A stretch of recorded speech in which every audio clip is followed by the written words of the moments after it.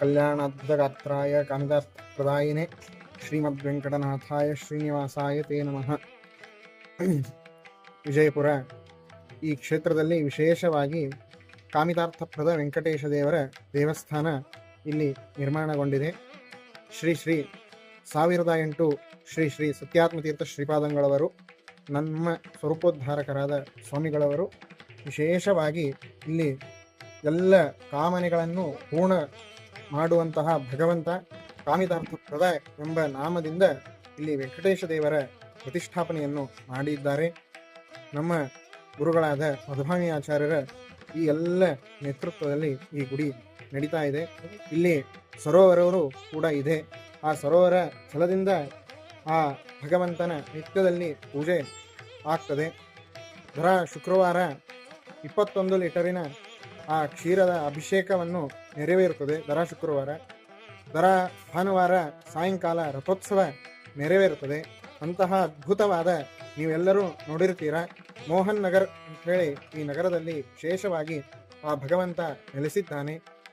ಎಷ್ಟೋ ಜನ ಇಲ್ಲಿ ಬಂದು ಹೇಳ್ತಾ ಇದ್ದಾರೆ, ಪ್ರದಕ್ಷಿಣೆ ಹಾಕಿದರೆ ಸಾಕು ಭಗವಂತನಿಗೆ, ಎಲ್ಲ ಪ್ರಾರ್ಥನೆ ಮಾಡಿದರೆ ಸಾಕು ಎಲ್ಲ ಕಾಮನೆಗಳನ್ನು ಪೂರ್ಣ ಮಾಡ್ತಾನೆ ಅಂತ ಹೇಳಿ ಎಷ್ಟೋ ಜನರಿಂದ ನಾವು ಕೇಳ್ತಾ ಇದ್ದೇವೆ. ಎಲ್ಲ ಕಾಮನೆಗಳನ್ನು ಪೂರ್ಣ ಮಾಡ್ತಾ ಇರುವಂತಹ ಈ ಭಗವಂತನ ವಿಶೇಷವಾದ ಸುಂದರವಾದ ವಿಗ್ರಹವು ನಿಮ್ಮೆಲ್ಲರಿಗೂ, ಎಲ್ಲ ಭಕ್ತ ಸಮೂಹಕ್ಕೂ ಈ ಉಪಯೋಗವಾಗುವಂತಹ, ನಿತ್ಯದಲ್ಲಿ ದರ್ಶನವಾಗುವಂತಹ ದಿವ್ಯವಾದ ಭವ್ಯವಾದ ಈ ವಿಗ್ರಹ ಇಲ್ಲಿ ಭಗವಂತ ಬಂದು ನೆಲೆಸಿದ್ದಾನೆ ಅಂತ ಹೇಳಲಿಕ್ಕೆ ಯಾವ ಸಂಶಯವೂ ಇಲ್ಲ. ಅಂತಹ ವಿಶೇಷವಾದ ಸನ್ನಿಧಾನ ಇಲ್ಲಿ ಇದೆ.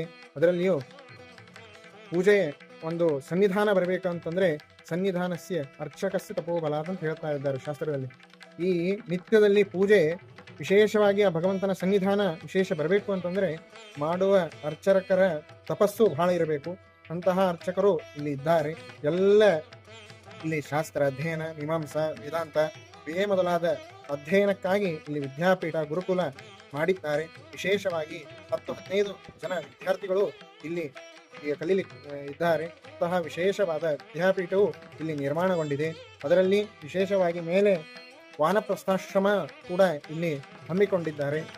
ವಯೋವೃದ್ಧರು ಯಾರಾಗಿರ್ತಾರೆ ಅವರಿಗೆ ವಿಶೇಷವಾಗಿ ತಮ್ಮ ಜೀವನದಲ್ಲಿ ಎಲ್ಲವನ್ನು ತ್ಯಾಗ ಮಾಡಿ ಎಲ್ಲ ಸಂಸಾರದಿಂದ ಮುಕ್ತಗೊಂಡು ವಿಶೇಷವಾಗಿ ಭಗವಂತನ ತೀರ್ಥ ಪ್ರಸಾದ, ಭಗವಂತನ ವಿಶೇಷವಾದ ಕೀರ್ತನೆ, ಅವನ ಬಗ್ಗೆ ಕೇಳೋದಾಗಲಿ, ಅವನ ಪುರಾಣವಾಗಲಿ, ಏನೇ ಆಗಲಿ ಅವರೆಲ್ಲವೂ ಸಾಧನೆಯನ್ನು ಮಾಡುವಂತಹ ಇಚ್ಛೆ ಇದ್ದವರಿಗೂ ಈ ವಾನಪ್ರಸ್ಥಾಶ್ರಮ ನಿರ್ಮಾಣಗೊಳ್ತಾ ಇದೆ ಅಂತ ಹೇಳ್ತಾ ಆರ್ಪಣೆ.